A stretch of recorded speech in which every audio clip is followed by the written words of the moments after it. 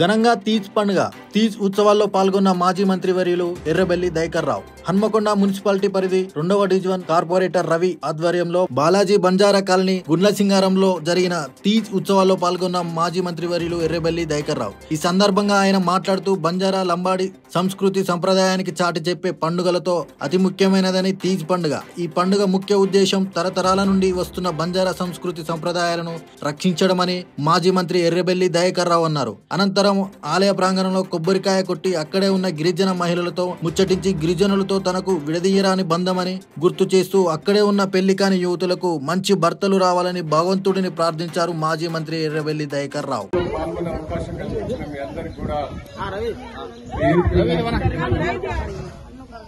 గిరిజన తండలంటే మొదటి నుంచి కూడా నాకు పరిచయం. నేను ఆ తండలనే పెరిగాను, తండలనే తిరిగాను. ఇలా వాస్తవంగా చెప్పాలంటే మా అమ్మ ఎక్కువ మంచి లేకపోతే ఒక ఎస్టీ మహిళ మా ఇంట్లో ఉండాలని ఆమె పాలిస్తున్నాను. అంటే మీరు మీ దాంట్లో కూడా నేను బాగా మర్చుకున్నాను. నాకు మొదటి నుంచి కూడా మీతోటి అనుబంధం ఉన్నది. కానీ కేసీఆర్ గారు మన రిజర్వేషన్ చేశారు, తండ్రి గ్రామ పంచాయతీ చేశారు. ఆ రోజు ఏ చిన్న కరువు కూడా లేకుండే, యూరియా బస్తాల కరువు లేదు, ఏ కరువు లేదు, అన్ని ఇబ్బందులు వస్తున్నాయి.